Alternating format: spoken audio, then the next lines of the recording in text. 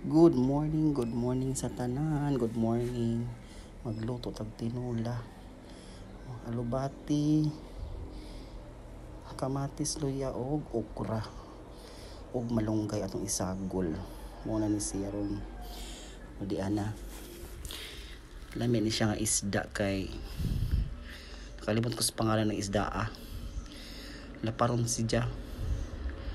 Nga isda. Ato nang ginanod ang atong tanglad. Na siya isunod po na ako naglunod ang luya o kamatis. Mura na siya. Unya nga ritas atong sagol. Umao ni siya ang kamatis, luya, di ay alubati og okra ug tuay malunggay hagpatan ni mother. Mao na siya. Amo na ni aw nang gilunod ang okra, dayon ang mga lamas aw na pong gibutang ang pukaw na siya. Unya ana taod-taod ibutang po nato ang alubati. Amo na alubati ako na siyang gihugasan. Mo na ni gibutang na nato alubati. Mo na itsura sa atong tinula karong adlaw. Pamahawon.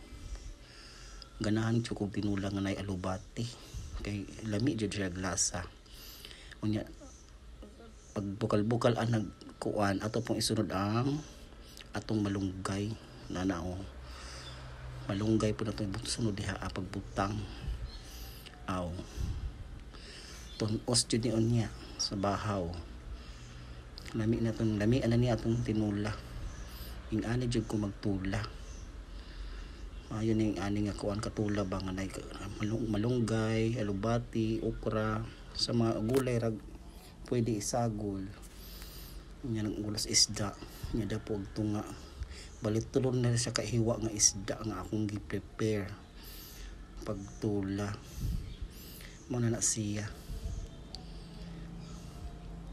Maayo na ni siya pang pamahaw. Ni ang kuanan ni suwaan ni.